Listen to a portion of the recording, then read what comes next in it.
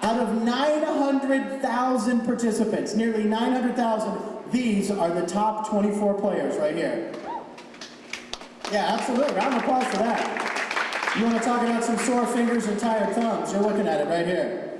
I don't know if they train. I don't know how they do it. All right. We good with pictures and ops? Everyone's good? All right, guys, let's have you guys take your seats. But the 4 finalists, please stay up here with me.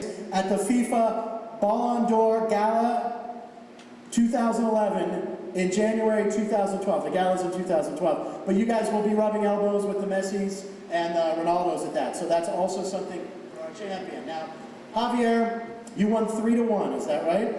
Yeah, right. 3-1. And beginning of this game, you guys remember in charge today, the match referee, Chris Mumple. That's a little bit nervous, dude. It's a little bit nervous, dude. Obviously, Drogba is the target.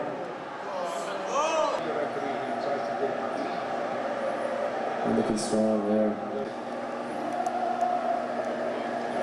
Ooh, chance for the break. He just didn't make the pass. I think they're just, it feels like they're still feeling each other. oh, wow! That's 2-0.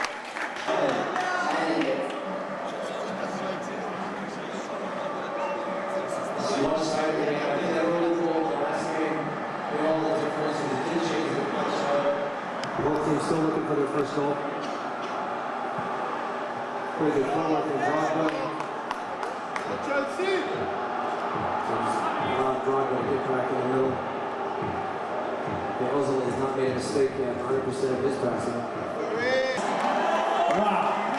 What a great goal. Beyond the drain. Been the best player. 100% of the passing, but still, that last sequence, just the skill and the ability. Pretty amazing. It was amazing. Javier Munoz, let's hear it for Javier! Adam?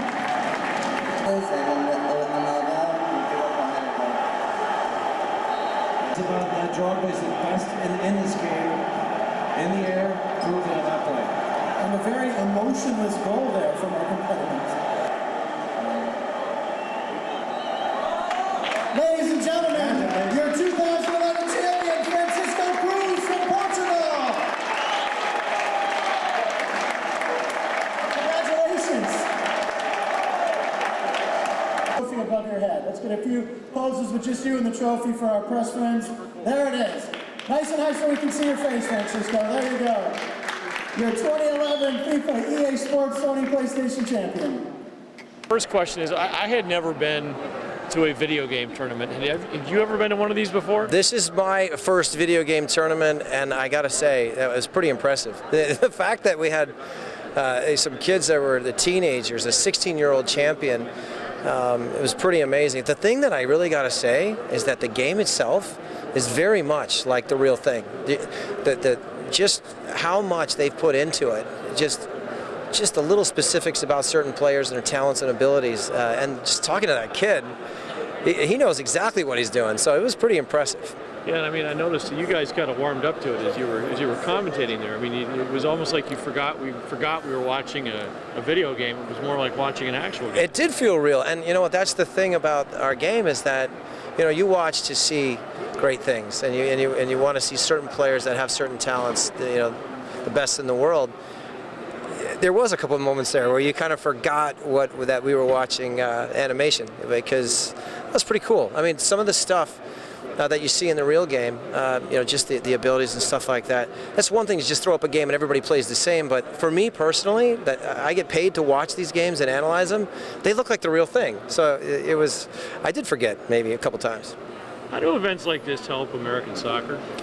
I think they help a great deal. I think that the global awareness of the sport is obviously it's always going to have its appeal.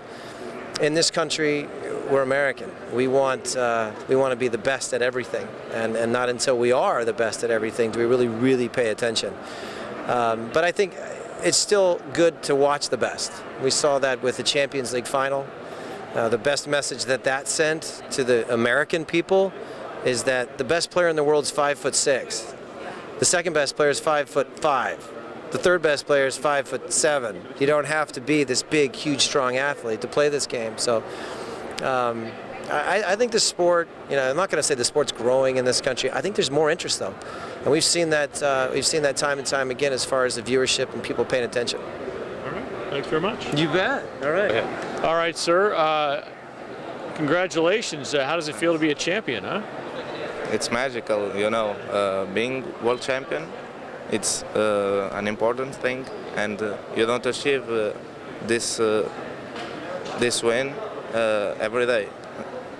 So, how many games of soccer did you play, to get to this point? I mean, how often do you play? This year, I don't play as usually,